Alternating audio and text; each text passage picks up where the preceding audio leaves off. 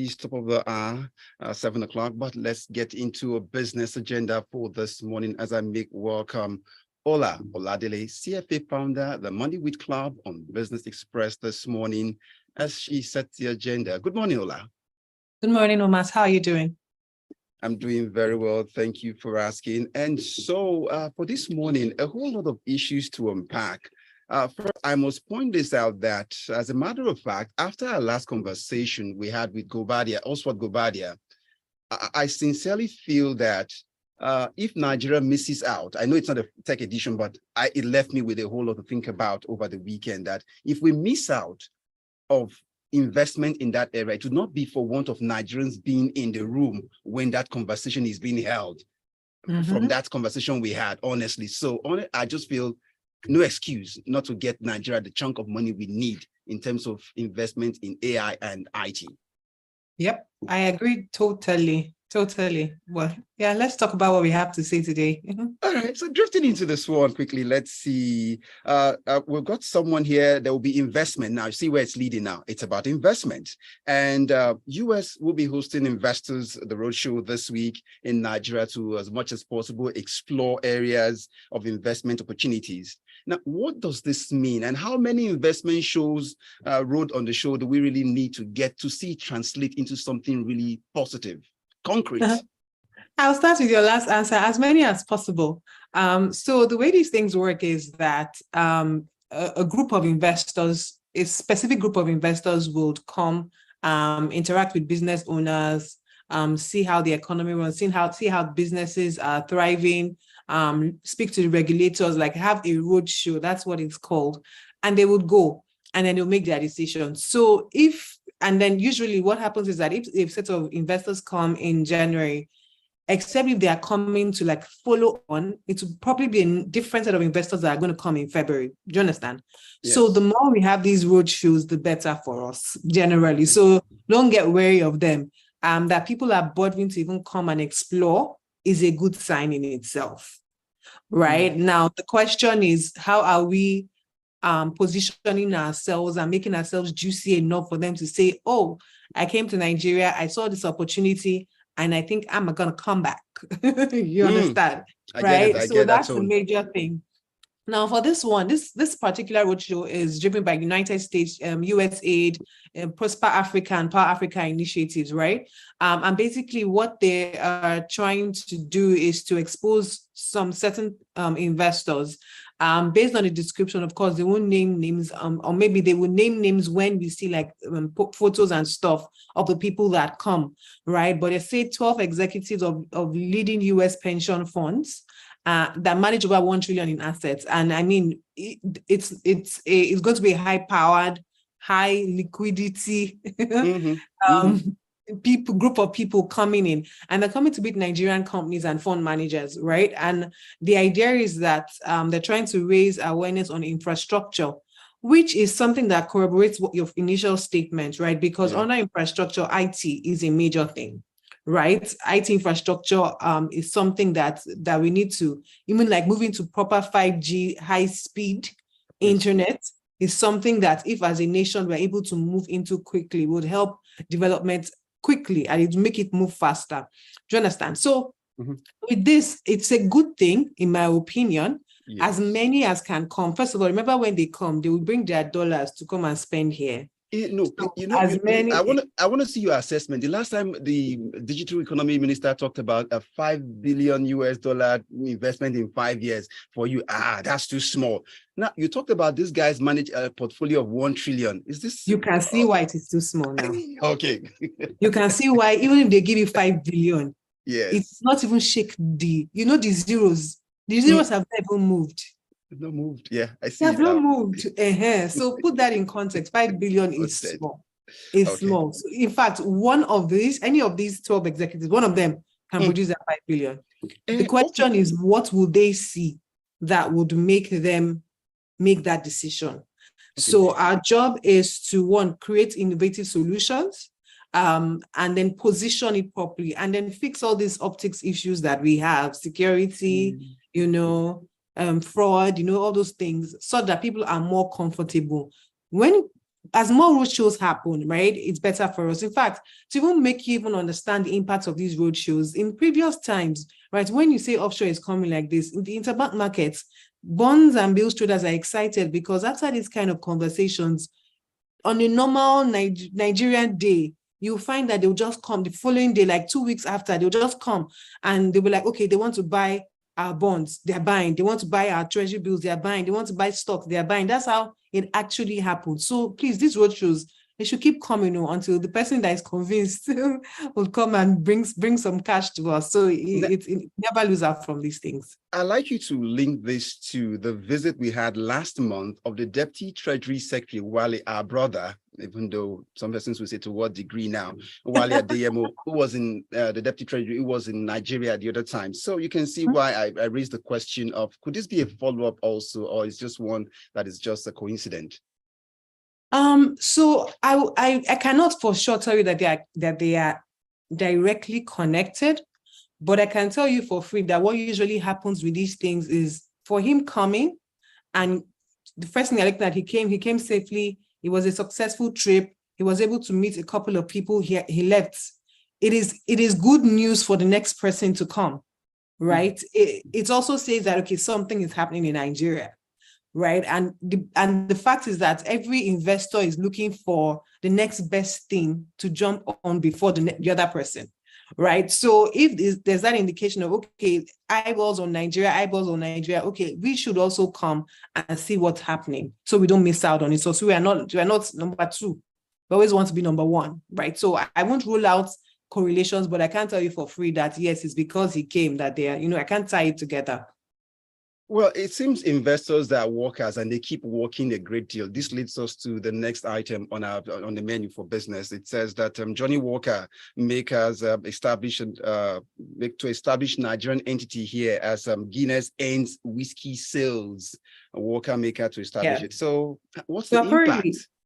Yeah, so apparently Guinness has been importing their whiskey, the whiskey side of things, right, in their business. So I think the whiskey business and all the products they sell in that segment, right, accounts for about 6% of their total sales as a company, right? But then you understand that with FX, it has become more and more expensive to do so. So I would say that this is one good fallout of the whole devaluation, because if they are shutting it down and saying they're going to actually establish a Nigerian entity that would serve West Africa and all of Africa actually, right, then it's good for us. Why? Because if they are able to establish it in Nigeria, the fact is that they would hire people, they will create an ecosystem. It will be cheaper for those that want to buy, and of course, because it's a wholly owned subsidiary, it will still have the Guinness brand, right? So everybody is happy. Whilst it might taste different because the sourcing might be different, things like that. But I think as an economy, if they're able to follow through, because there's another thing, we've seen these announcements and they find out they're not going to set up in Ghana, you understand? So if they set up in Nigeria, it's better for us. It's a good one. Well, at this point, I didn't know if you wanted to drag my legs out this morning about if it might taste better, but then I don't count my taste for it to opinion. But let's get into this next one quickly to let the listener know they can be part of the conversation on 0809-444-0981. We expect WhatsApp messages. Ola, let's get into this next one. Subsidy remains the issue, and who can do with a bit of subsidy in their lives in this time and age? And that's because Pengasyn is confirming the return of fuel subsidy under the current administration. Did we suffer or go through this route and to come back to this point once again? So, I think we did. I think we actually just suffered.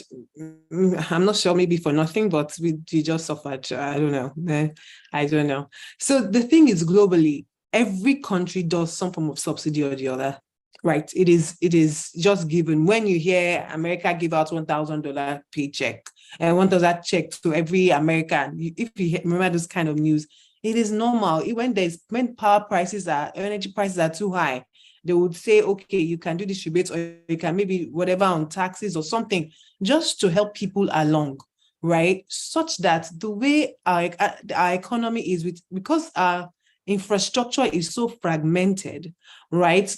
the only thing that every Nigerian for sure can benefit from is subsidy. Like everybody as a Nigerian can benefit from is subsidy, such that it is something that you should actually be very, very careful about to take out, right? But what impact will it have? So I've talked about the fact that, okay, at least our fuel price has been capped for now, right? All things being equal, it has been capped. But the thing about it is we also can't plan because we don't know what for now means. That's one. But on the other hand, as an economy, the fact is that yes, there was a case for removing subsidy, and there still is a case for removing subsidy, right? But maybe it is the how and the speed of doing it that is the problem, right? Because fundamentally, that same broken infrastructure system is what has enabled people to steal us blind on top of this subsidy matter. That's one. And such that if you bring back subsidy without fixing that, it's back to square one. So, and then we can't afford it. That's one.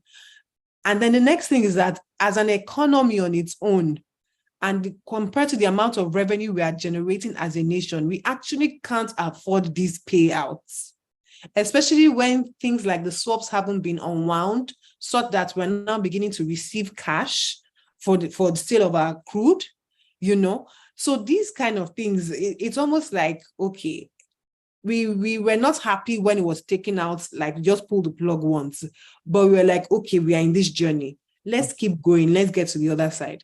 Now, stopping to go back to the beginning again is almost like, okay, what is the plan?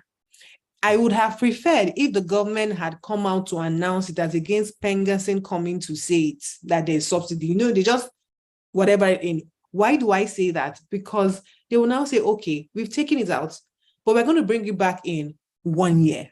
We're going to graduate it. We will be doing 70% subsidy. Then after 3 months, we will move to 50 or we'll move to 60. Do you understand? As we ease in, so we'll give people a chance to ease into it. And guess what? Who knows? By the time it is 100%, oil prices may have come down. So it might not necessarily be going up like in perpetuity, right? There will be that up and down, right? But this one just brings us to a place where we actually cannot plan. And that is the worst place to be as an individual and as a business person, because subsidy, fuel prices, oil, exchange rates, they are all tight.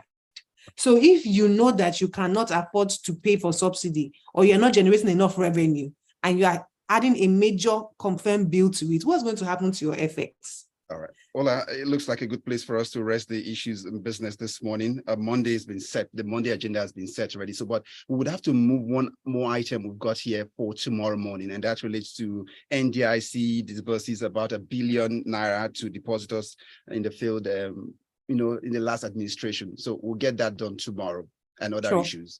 But so let's quickly pay attention to messages we asked for a while ago. And this one says, hearing the news makes me happy. We hope and pray that these road shows pay off in the end, because we really need it. My problem is with some set of Nigerians hell-bent on demarketing the country just because they didn't have their way in the last election. Please use the show to advise these children, and then goes to calm down and wait for these issues to be resolved somewhere. And it goes on.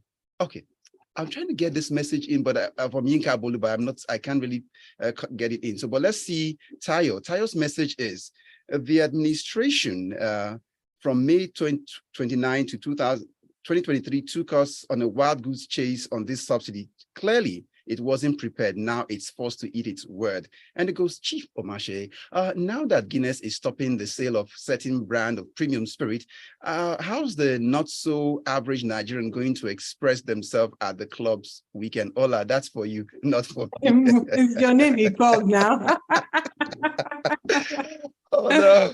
Ola, this final message here tells us this. Ola, while I agree with the roadshows and all of the potentials associated with intending investors, however, all these will hang on our level of preparedness in terms of security. And you mentioned infrastructure, government stability, and our laws. Otherwise, we would only get promises on subsidies. All I see is shady and cracky plans by the government. Babatunde Alao Williams. We cannot ease into subsidy removal, Biko. I don't understand the views about this subsidy, and crying out loud, we have not suffered in vain. Imagine how much will be used now if it has not been removed in the first instance. 900 to 165. Do the maths, I beg. And that's from Williams. Ola, that's a wrap of the show this morning. Thank you. Have a beautiful day. You too, bye. And that's a wrap on Business Express on Smooth 98.1 FM. My name is Omatseye Atsenuwa. Good morning. Express.